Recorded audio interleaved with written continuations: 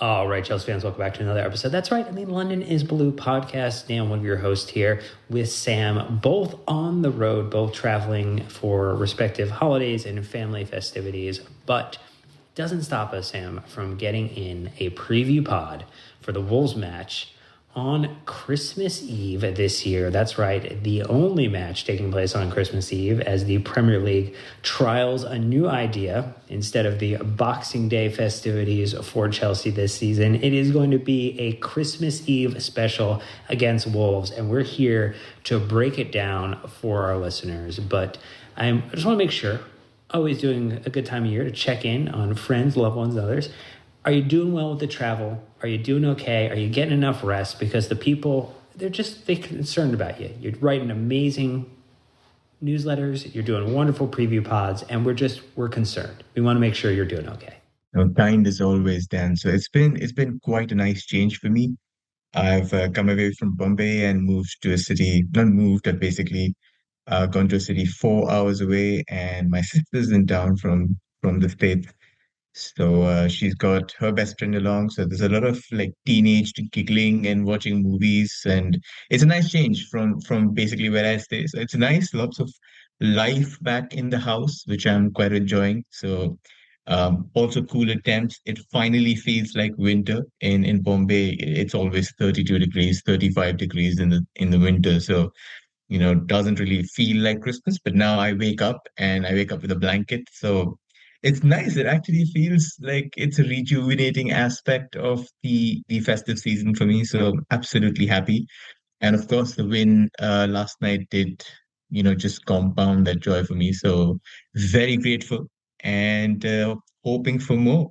Yeah, well, and we hope that this will be a little bit of a will not be coal in the stocking, as it were, on Christmas Eve, as Chelsea and Pochettino will look to build upon a good result in getting the match against Newcastle and the wonderful penalty shootout that Petrovic navigated, as well as the great performances by Mudryk in a cameo appearance. But we're going to talk about all of that and how that is going to play into this match against Wolves in the Premier League as we look to try and continue reaching our way up the table there and getting to the next rung. But before we do that, we just want to say thanks to our amazing community. Obviously, we appreciate all of you who listen to the podcast, share it with friends and loved ones. Great time, potentially at this point of the year, to share it or recommend it to somebody. You can also do that through 5-star reviews on Apple Podcasts or Spotify. You can subscribe on YouTube as we look to hit 30,000 subscribers. We're getting ever closer, about 600 away. So you could be one of those people if you go there now and hit the subscription button as well as the bell icon to get notified when we drop videos on there. You can sign up for Sam's wonderful newsletter, as we talked about just a moment ago.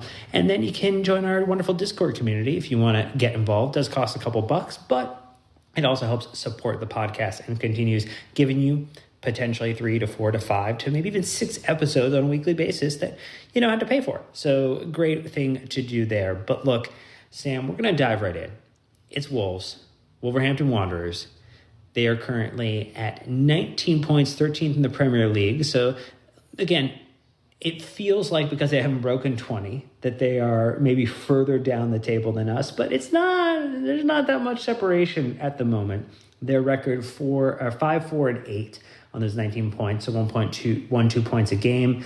Their home record 3-3-2, 12 points. Away record 2-1-6, 7 points. So a much better home team than an away team. 21 goals for, 29 goals against, -8 goal difference. They're actually right on target though for their expected goals for and against, 21 and 28.4. And I think what's interesting, because I want to do something a little different, is we don't necessarily talk about when we've played a team for the first time since last season. When you're not paying attention to that team, you might not realize that the cast of characters changed pretty dramatically from some of the players that they would have relied on very heavily last season who are now no longer there. And so I think I would point out that Mateus Nunes went to Man City for 62 million euros. Ruben Neves went to Al Hilal, the Saudi Pro League. And then probably the other two big ones would have been Connor Cody heading to Leicester, and then Raul Jimenez, who went to Fulham, who is finding, some interesting tackles and trying some new technique there as a center forward. That would be kind of maybe some circumspect decisions. But ultimately, it is a much different side than what people may remember as the cast of characters has changed for Wolves. And as we look at the fact that they are not necessarily a injury-ridden side like us. So not only are they going to get a chance to pick from mostly their full complement of players, but it's also a much different cast. It's the off-Broadway production maybe of Wolves this season. Yeah, you're spot on. And I think you should also look at the ages of the top three guys who've left. So I would say, 25-year-old Matheus Nunes, Ruben Neves was 26, and Nathan Collins 22. And all three, I would say, were integral part of the core that they were trying to build, a young core. The Portuguese guys obviously came from well-heralded clubs in Portugal, so came with a lot of technical proficiency, elevated their ability to play through tough situations. And losing that has, I think, hurt them.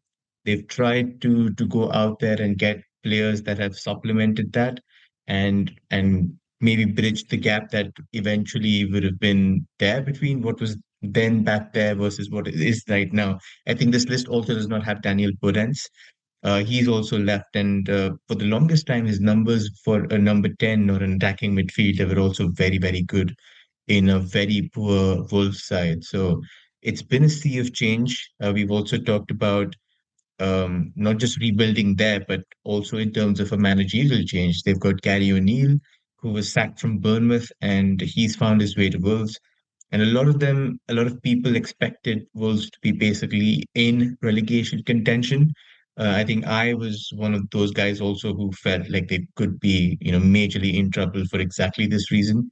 And they started off with two defeats against United and Brighton, but their form book has basically just been patchy ever since. The wins and defeats have come in streaks.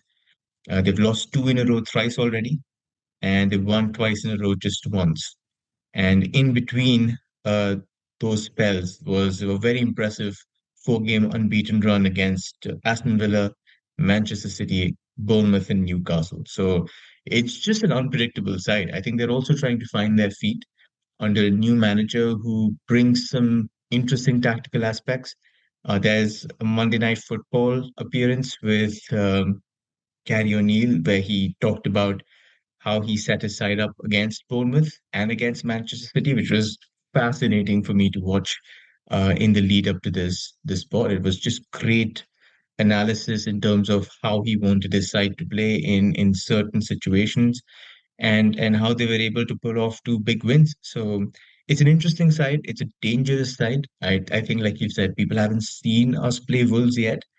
But like us, you don't know what fools you're going to get from a week to week basis. And I think that's what makes them dangerous. Yeah, you're either getting the most vicious or most timid version of the wolf, depending upon which day you are playing them in a match. And hopefully it is more of the timid and toothless version, but we will see if that is the case. But we're going to take our very first break. And when we get back, it's all about the style of play, how Wolves are setting up to try and be successful on the pitch, and how that doesn't always pan out. So stay tuned. We'll be right back. All right, Chelsea fans, we're back with another partnership through the end of the year. We got NordVPN coming at you to make sure you are safe and you're able to watch Chelsea no matter where you are traveling during the holiday season. A lot of you know I just got back from Costa Rica from Thanksgiving with the family, and guess what? I used a VPN to watch Chelsea while I was traveling.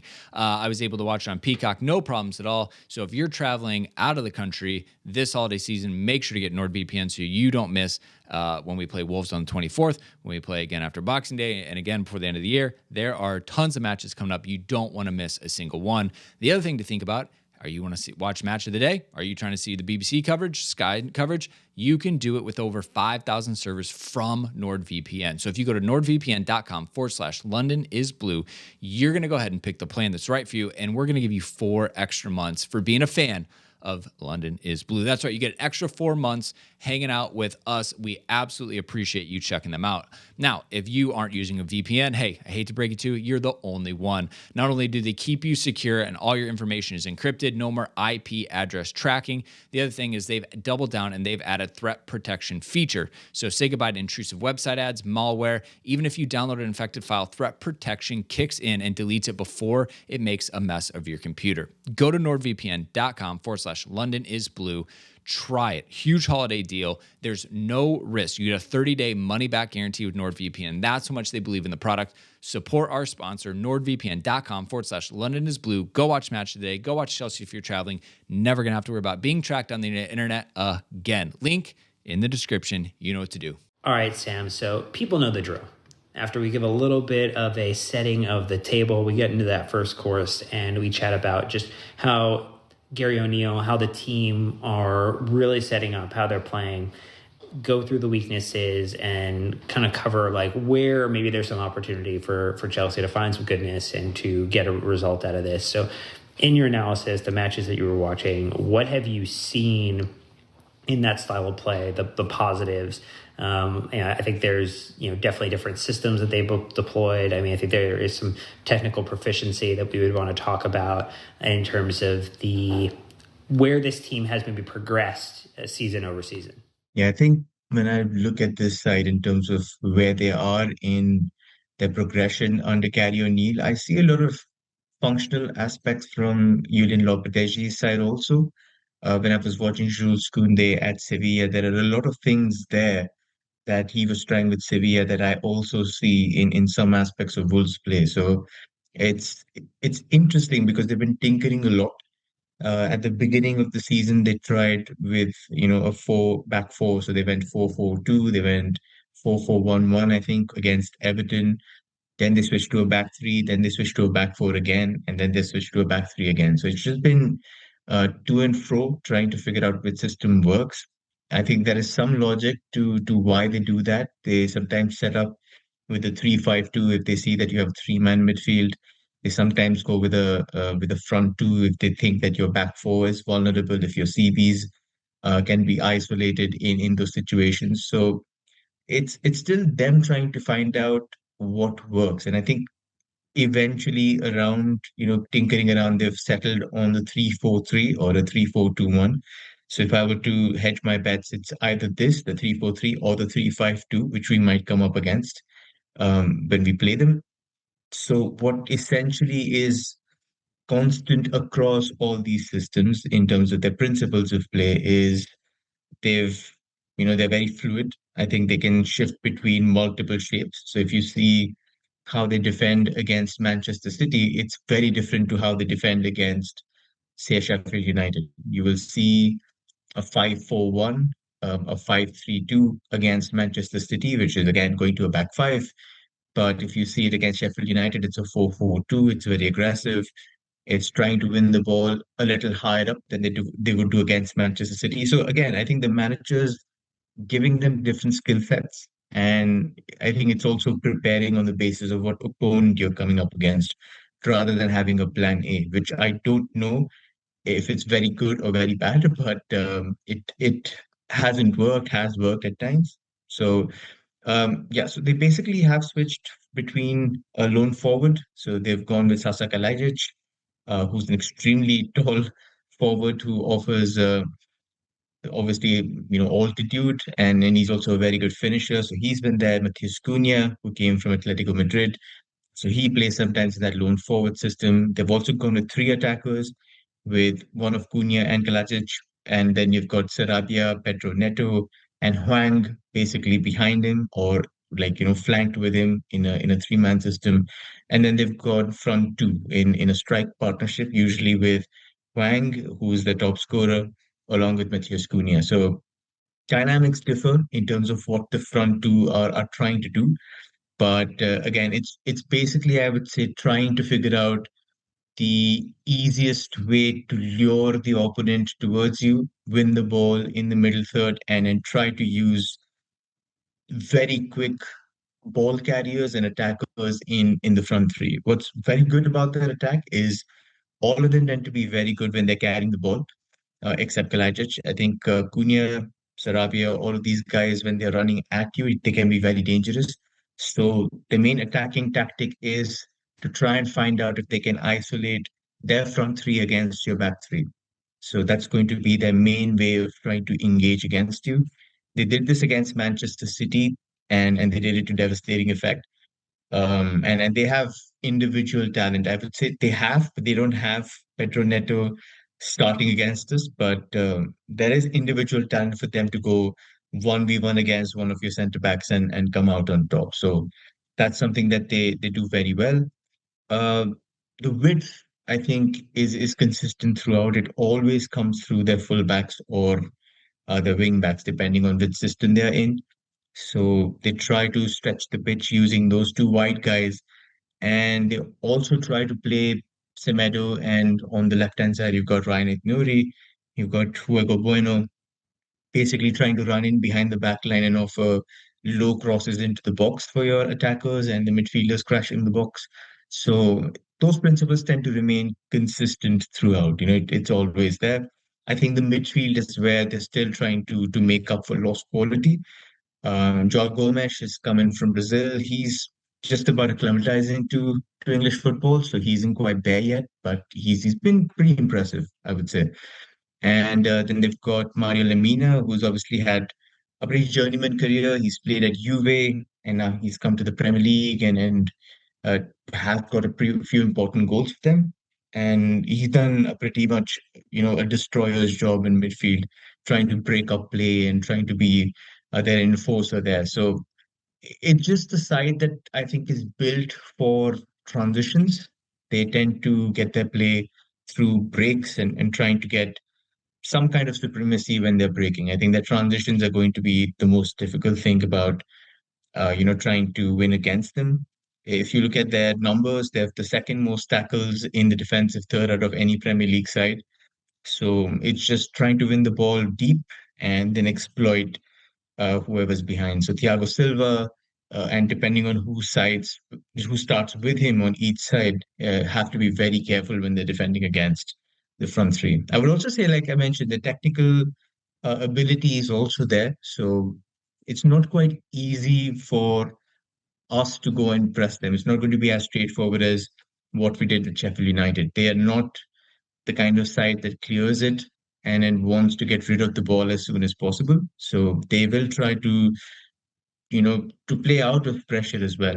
They are susceptible to be robbed and dispossessed, but they've also got the technical ability to do that, to create issues with the ball and without the ball.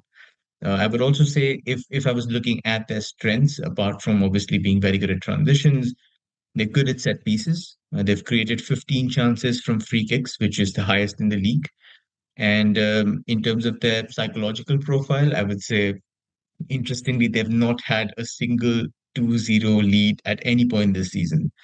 And they're very, very good when they go 1-0 down. So they've every time they've gone 1-0 down, they've scored 9 and they've conceded only 4. And they're very bad when they go 1-0 up, and they've conceded 4 equalizers and they haven't scored a single goal. So it's an interesting side, I would say, in terms of what happens when you go 1 up and what happens when you go 1 down. But I would say the good thing, like I said against Sheffield United, it's nice if you can just score twice and get away from the side. So I think that kind of tactic goes well with Wolves as well. Just get 2 quick goals, keep the ball away from them, make sure you deny them space, and hopefully we'll be home dry and nice. Well, that would be good. Hopefully, people home in time to set aside the cookies and milk and to welcome Santa Claus in, if that is how they celebrate, and not necessarily going home a little disappointed with the end result.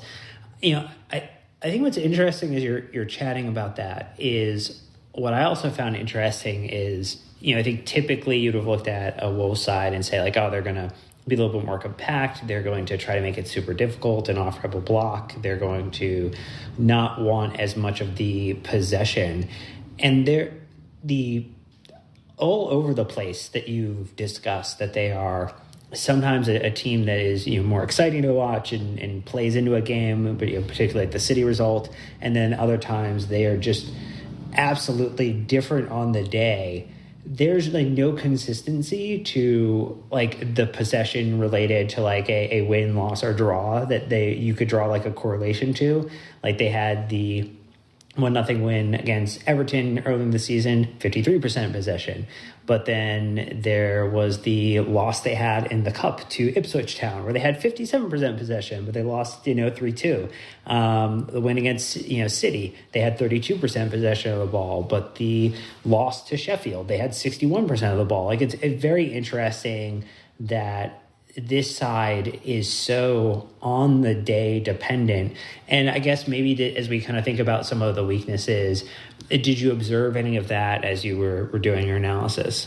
It's an excellent point. I think you basically put it into perspective, saying I think Wolves really work when they hunt in the pack. I think they essentially wake up when they go up against bigger sides. They've had a very good result against Tottenham.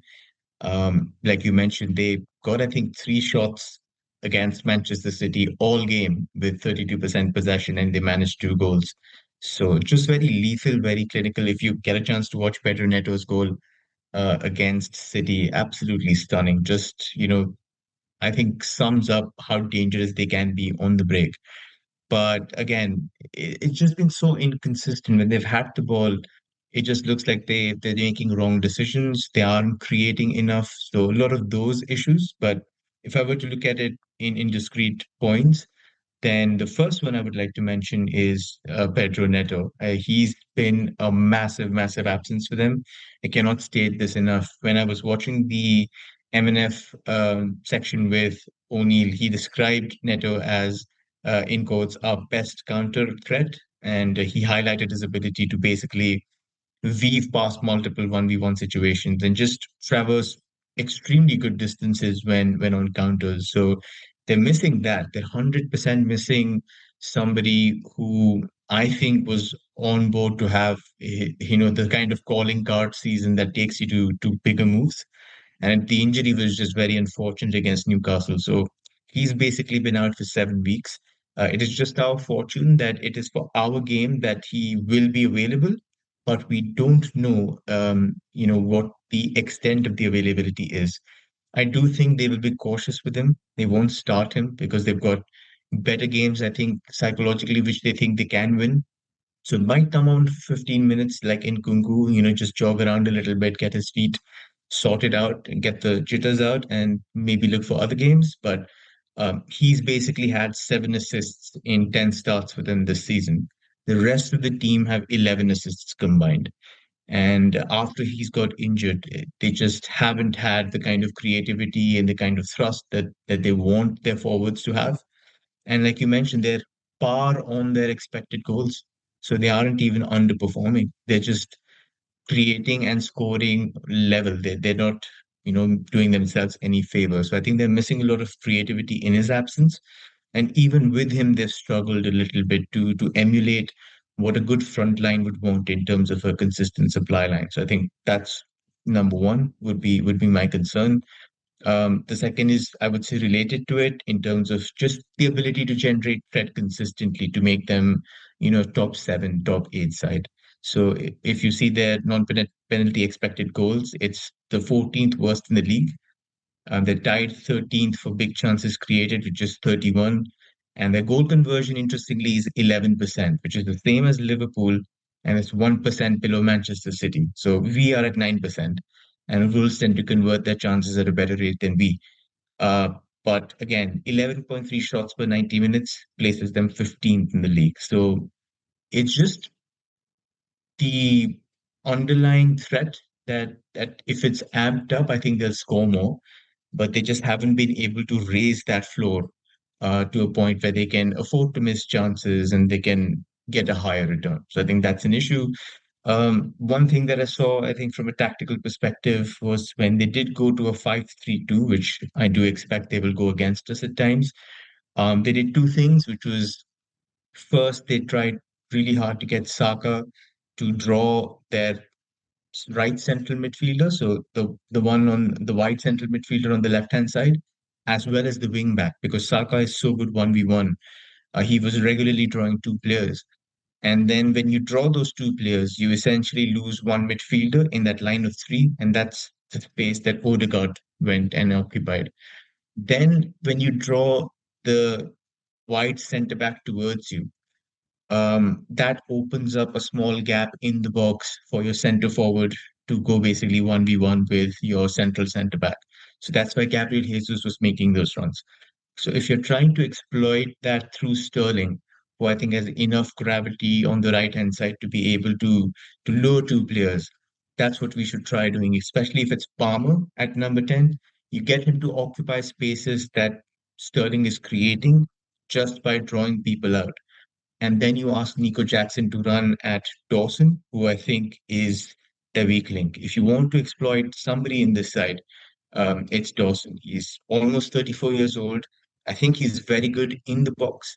He did a very good job with Erling Haaland earlier in the season, but that was purely down to the fact that he basically went 1v1 with Haaland, man marking inside the box. And once he's inside the box, he's in his comfort zone. But if you pull him out, if you drag him out, I think that's where the problems begin. If you go back and watch the game against West Ham, which they lost 3-0, the major chances just came from Dawson running back from a set piece or him struggling to step up very quickly on Kudus before shooting or Bowen before shooting.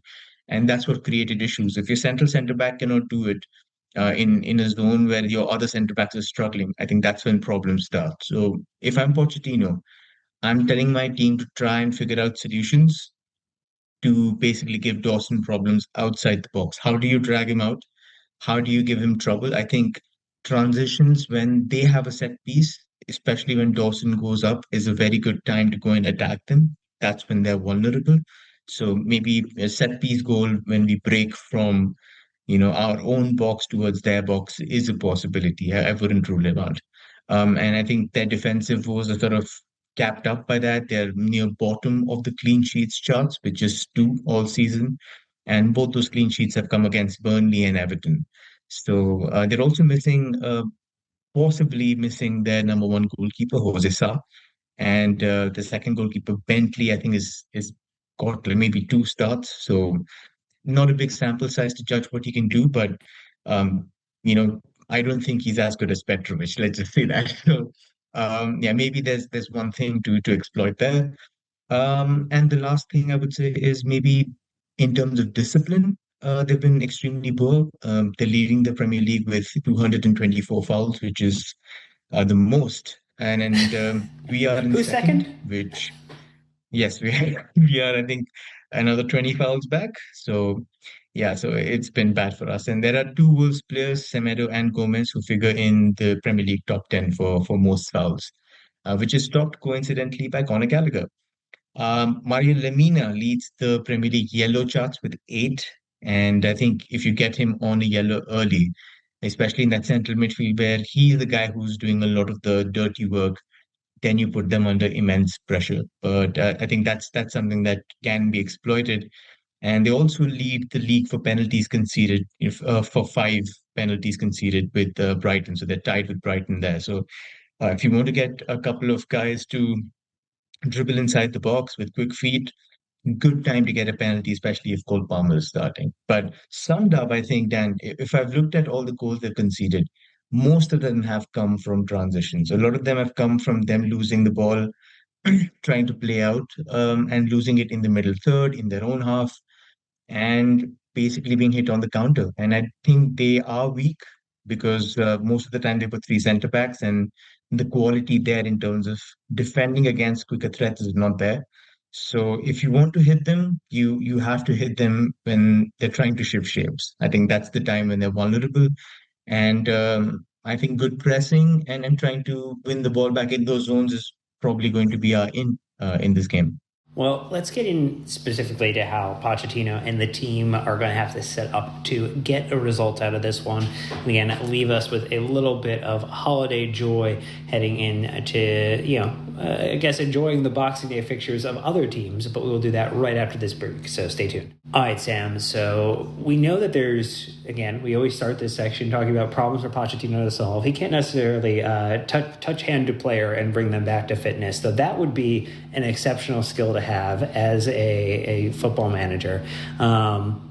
we know that there are potentially new injuries to consider. We know that Enzo left the game early with an illness and is potentially, maybe out for some period, or we don't know what that's going to necessarily be yet. We know that the Reece James decision hasn't been made yet on what's happening with his hamstring and how the club will approach that. So I think there are a lot of questions as we think about this lineup. Some of them maybe are easier than others to understand. Like, we know Petrovic is going to start because we know that Sanchez is out for weeks at this point, and obviously has done very well within his limited cameo that he's had a chance to put out there. And then the Malagusto made it back earlier, or made a longer cameo than maybe we thought he might get in this most recent match against Newcastle. Does that mean he gets more minutes in this match? I think that could be under consideration. And then we also saw the first appearance of Christopher Nkunku, and he got, I think, maybe even a longer cameo than we thought, because we were told 20 minutes and he got around 30. So thinking about all that, it feels like we actually will see a couple of changes this side. Maybe even someone like Mudryk. Do you start him to give him a little bit of the reward and recognition for his contribution leading to Chelsea's result against Newcastle? I think there's a lot of interesting ways that Pochettino could set this side up to take advantage of this Wolves team. Yeah, like you mentioned, I think the biggest issue is having two fit central midfielders. We still don't know where Romeo Lavia is. We still don't know what Ugochukwu is doing in terms of his recovery. So is he ready to come back next game? Obviously, we are doing this before the conference happens. So maybe we have good news tomorrow to cheer us up. But having two guys there, it's not easy. I think ideally after an intense game, you should be managing the minutes a little more carefully, but we just don't have anybody else to bring on. So that's going to be problematic. And like you mentioned, I think the big dilemma is figuring out whether you start Nkunku after just 30 minutes. And that's going to be the biggest risk for me. I think Poch is looking at this and saying, should I go with 60 minutes? Should I give him 60 minutes now? Or is it just play him 30 more and then bring him in against, whoever we play next? I think that would be a more conservative side to go with it, instead of just throwing him in, into the deep end. And based on what happened at Leipzig, he came back from a long injury and took about a month and a half, 2 months to get going. He was struggling for rhythm. He looked like he was still recovering a little bit of his agility for the longest time. So it's not going to be an immediate impact anyway. I expect him to take some time before he gets into his groove. But we have to be patient. And I think the most important thing is managing him for the long term. So all depends on how the hierarchy sees him in terms of, is he ready enough to start? But I don't know any data there, so I will leave it to them. But yeah, like you mentioned, a lot of things to do. Gusto again, I think there could be a pretty good chance that, you know, Gusto starts this one. Their main threat comes from wide stuff. So they're always trying to get crosses into the box. They're always trying to get off the ball runners on the flanks with their fullbacks. A lot of the times, their central midfielders, so Bellegarde also moves wide while the wing back comes in. So a lot of the times you have to block out those wide runners. So I think Gusto does a better job than Disasi.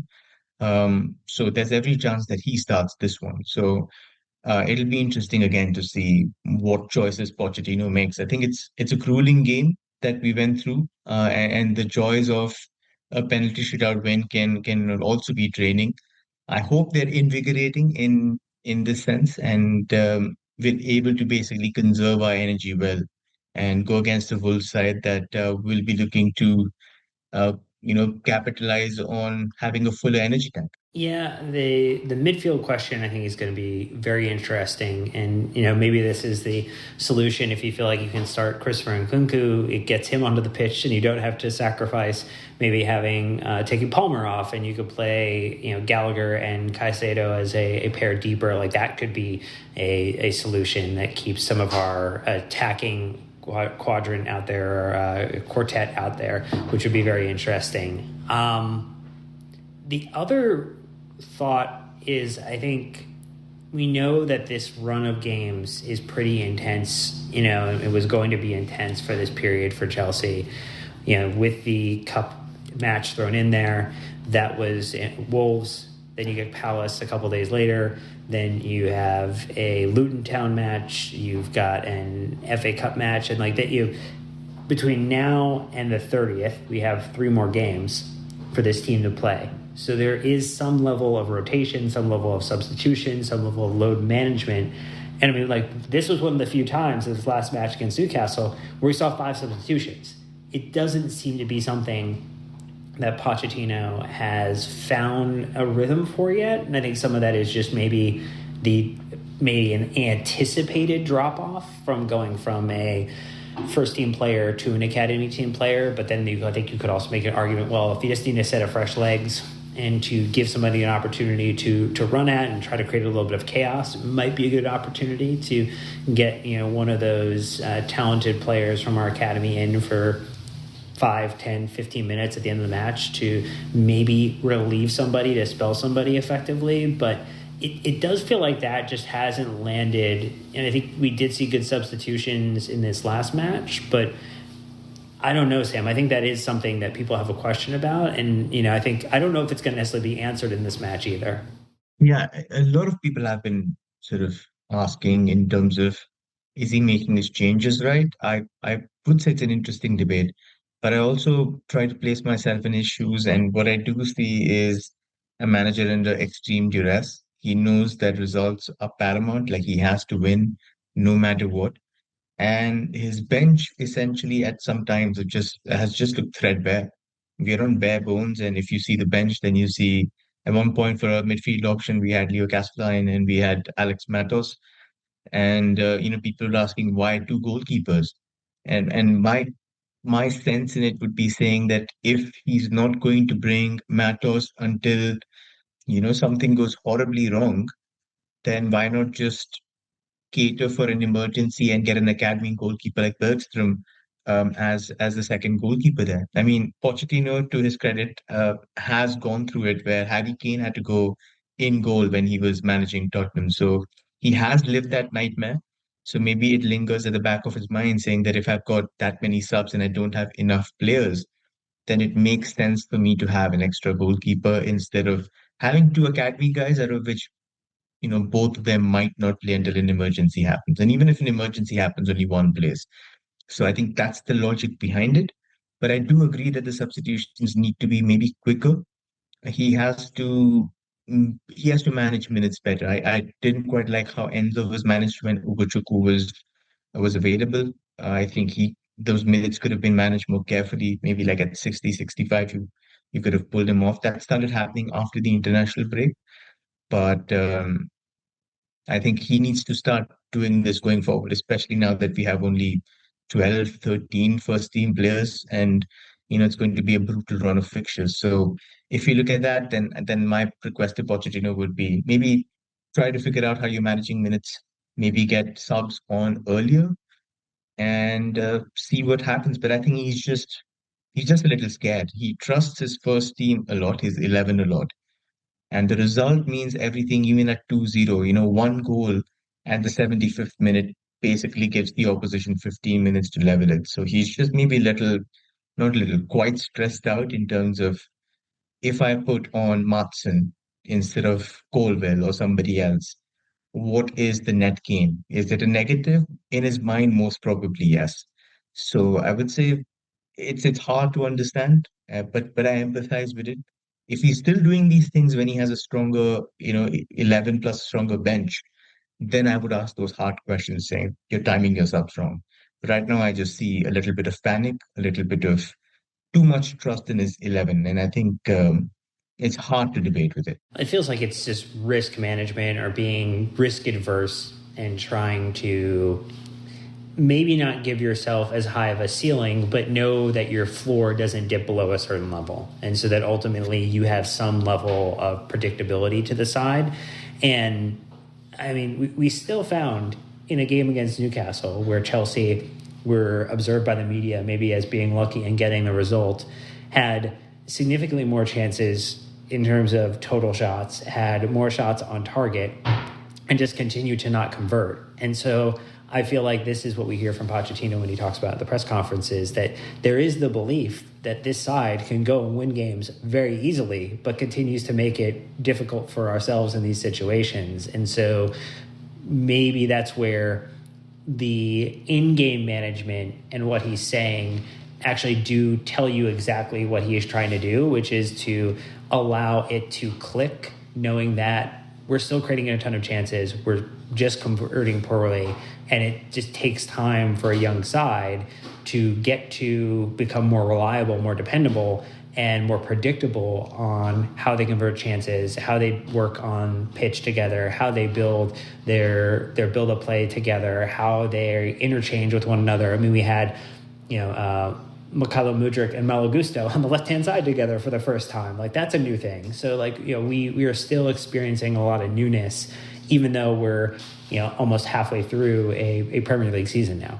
Yeah, what's interesting is I think Poch is also trying to hone certain deficiencies in the side. The one thing that I do believe still needs a lot of work, and I think he's actively trying to address it, is like you said, what can you create in terms of threat when you have the majority of the possession? So earlier on in the season, possession against West Ham, 75%, lost 1-3. Against Nottingham Forest, 75% of the ball, lost 1-0. Against Brentford, 69% of the ball, lost 2-0. So I think he's come up against those sides and has realized that maybe this young side lacks certain decision making. He's giving them freedom to be more organic, but sometimes it's better for those guys to have a little bit of direction saying this is what you should be doing. Sometimes it doesn't click, especially with the age profile and the experience, especially with in terms of dynamics and what it's like playing with each other in the Premier League against Premier League opposition. They've not had this so far. And with the injuries we've had, obviously those guys keep changing. So he's now essentially, I think, tried to figure out if he can hurt sides with that. So if you see possession before the Everton game against Newcastle 46, against Brighton 32, which we won, and against Manchester United 55, which we lost 2-1. But then against Everton, 71% of the ball lost 2-0. Against Sheffield United, I think we made a breakthrough, 78% of the ball, and we generated an expected goals of 3.1. And the pattern there has been that we've struggled in the first half to create anything of note, but we've also been defensively solid. I think in the past two games is when Moises Caicedo has looked at his best, purely for the reason that we've controlled play better and we've prioritized structure over everything else. And the moment you do that, the moment you're more compact, the moment the lines can adjust, at a comfortable pace, that's when Gallagher, that's when Caicedo get their best defensive acts on. And both of them have, I think, gone on and recorded very good recovery numbers, excellent in terms of ball winning capabilities, but it's hurt the side in terms of creating opportunities. Against Sheffield United, we did that in the second half. Against Newcastle, again, we struggled in the first half. We didn't give Newcastle anything except that hand-wrapped goal from Badiashile, but Newcastle didn't touch us. Didn't do anything in that first half at all. So Pochettino basically in the second half slowly introduced attacking changes one by one and tried to see how much he could push to get that equalizer. And at the end of that game, we had so many attackers across the pitch. Martson, who I think is not a fullback, is a wing back. He was there. Mudryk was still there. Nkunku was there. Proyer was there. So there were like 6, 7 attackers there. So I think he's still trying to figure out what is the balance between possession and between creating threat. And I think Wolves offers another opportunity to test that.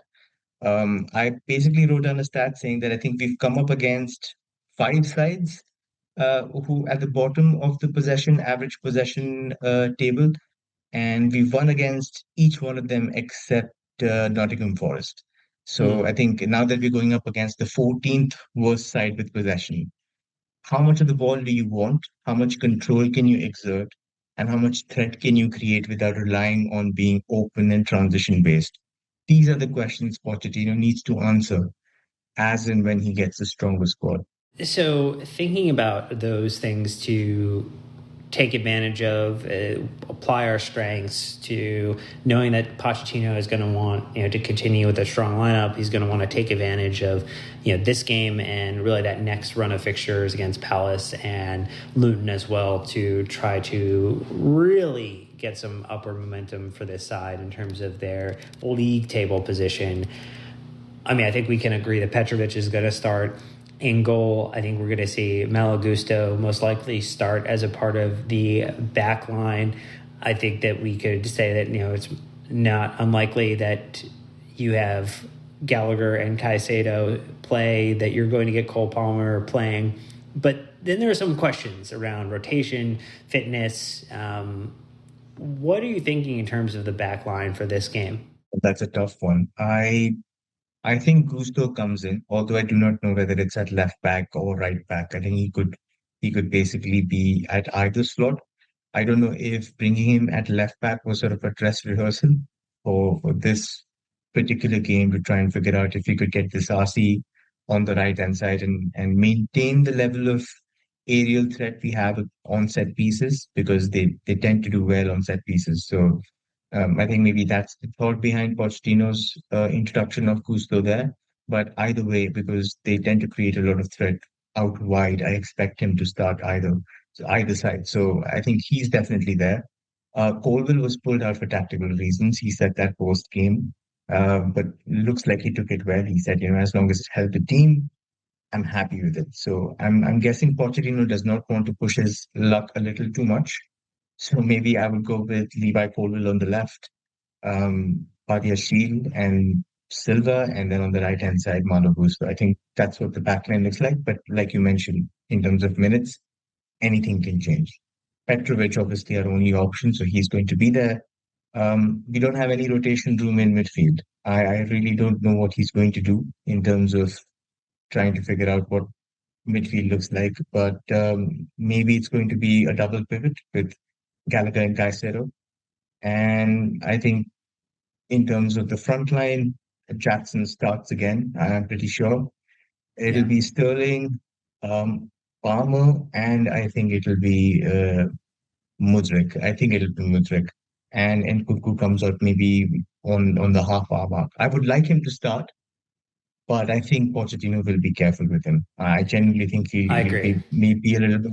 Yeah, I think he knows, he wants him there for the longer term. So why not bring him on against tiring legs? After you've done 50, 60 transition sprints and you've hit a brick wall, when you bring on a guy like Nkunku, then yeah, you're going to cause damage. So I think he'll be careful, and I would respect that. Yeah, my only interesting thought there would be if he wanted to start in Kunku, but also apply, because when you look at just the amount of minutes contributed by certain players and saying, hey, if you want to try a couple of different things, do you potentially say, look, Cole Palmer, yes, he's played a lot over the last couple of matches, but his total volume for the season still below 1,000 minutes.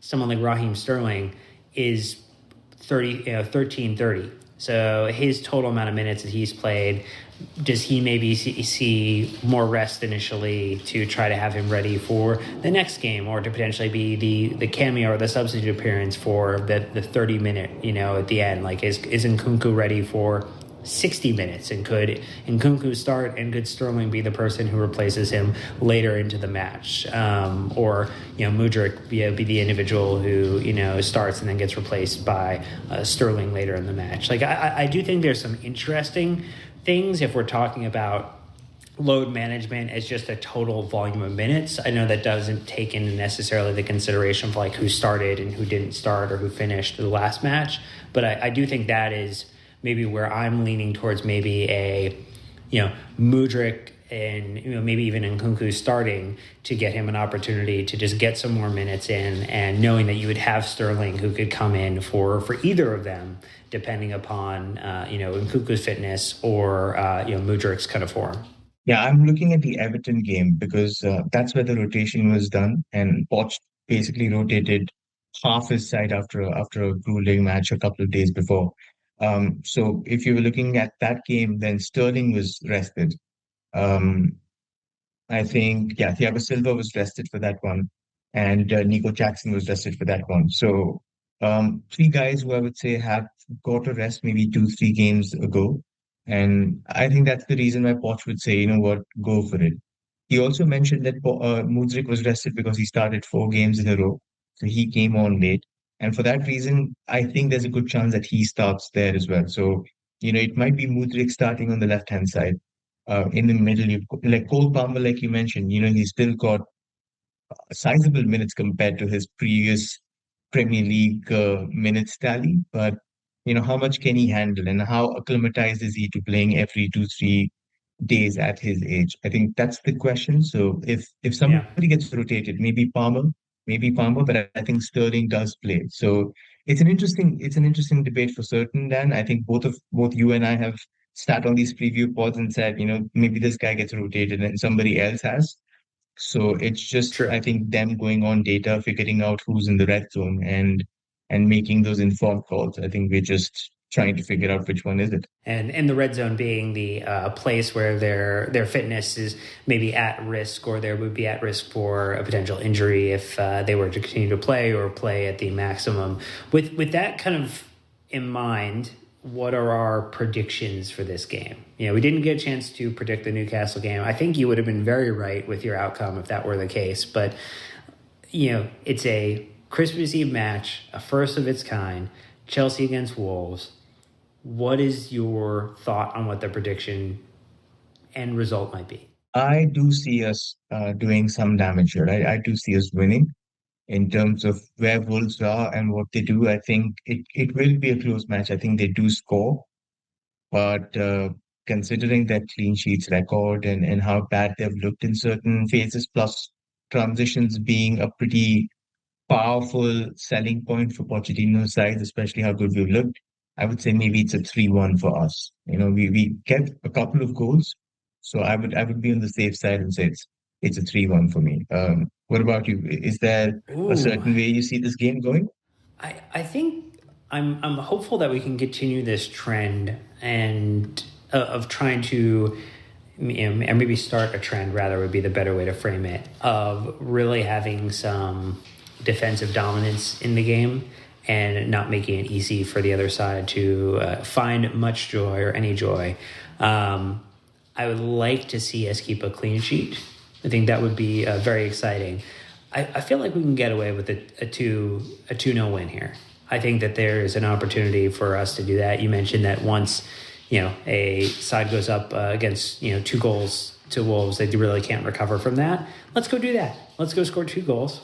Let's make it very comfortable, and let's allow and maybe one of those goals is a first league goal from Christopher Nkunku. That would be wonderful. That would be a great way to head into Christmas. That'll be, yeah, like that'll be, Christmas for Christo. That'll be superbly set, Ooh, 100%. there you But go. yeah.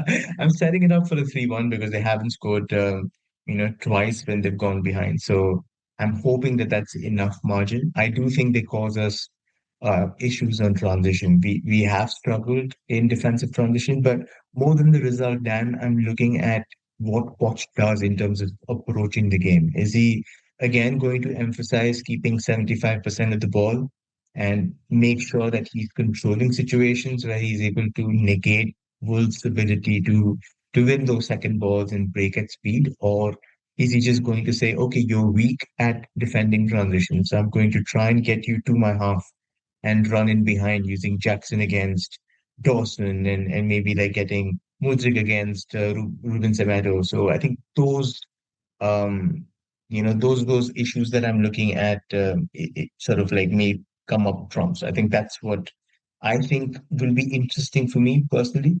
So yeah, and also sorry, it's not Ruben Semedo, it's Nelson Semedo. I made a little Yes. boo-boo, but yeah, so so yeah, it's 100% going to be an interesting approach for me. I think that defines um maybe the long-term vision for me in terms of what Poch wants to do with this side. If he's able to bring us goals while we're in control of games, then I look on to 5 games later, 10 games later with a brighter prospect saying we can control the game state and we can dominate.